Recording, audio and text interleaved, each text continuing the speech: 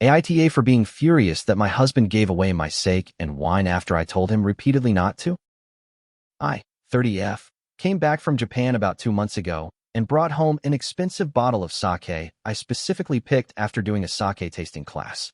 I'm not a big drinker, so I chose something I genuinely liked and that my husband would enjoy. It was meant as a for us thing.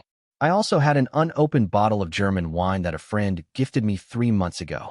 My husband and I had multiple conversations where he asked if he could give the sake to his father, his cousin, or his friends, and I said a strict no every single time. Not vaguely, not jokingly, very clearly. He knew it was sentimental and partially a souvenir. He also refused to drink it the one time I opened it because he had a headache, so I had about 20 milliliters and left the rest untouched.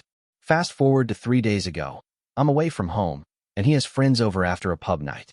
I didn't even consider that he would touch the sake or the wine because we've had the don't share this conversation a million times.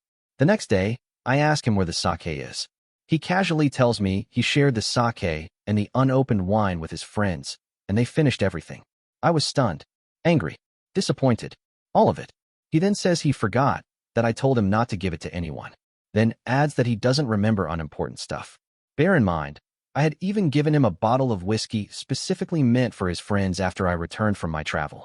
When I confronted him about the sake and wine, he flipped it and said, "Don't let it spoil our relationship," and suggested I see a counselor. AITA for being this upset over something he claims is not a big deal. Even though I told him explicitly and repeatedly not to touch it, I'm unable to process the fact that my husband casually crossed a major boundary and is nonchalant about it. Edit. Husband and his friends are not alcoholics. He rarely indulges.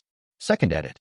He said, "Don't let it spoil our relationship," not "throwing away the relationship." Sincere apologies.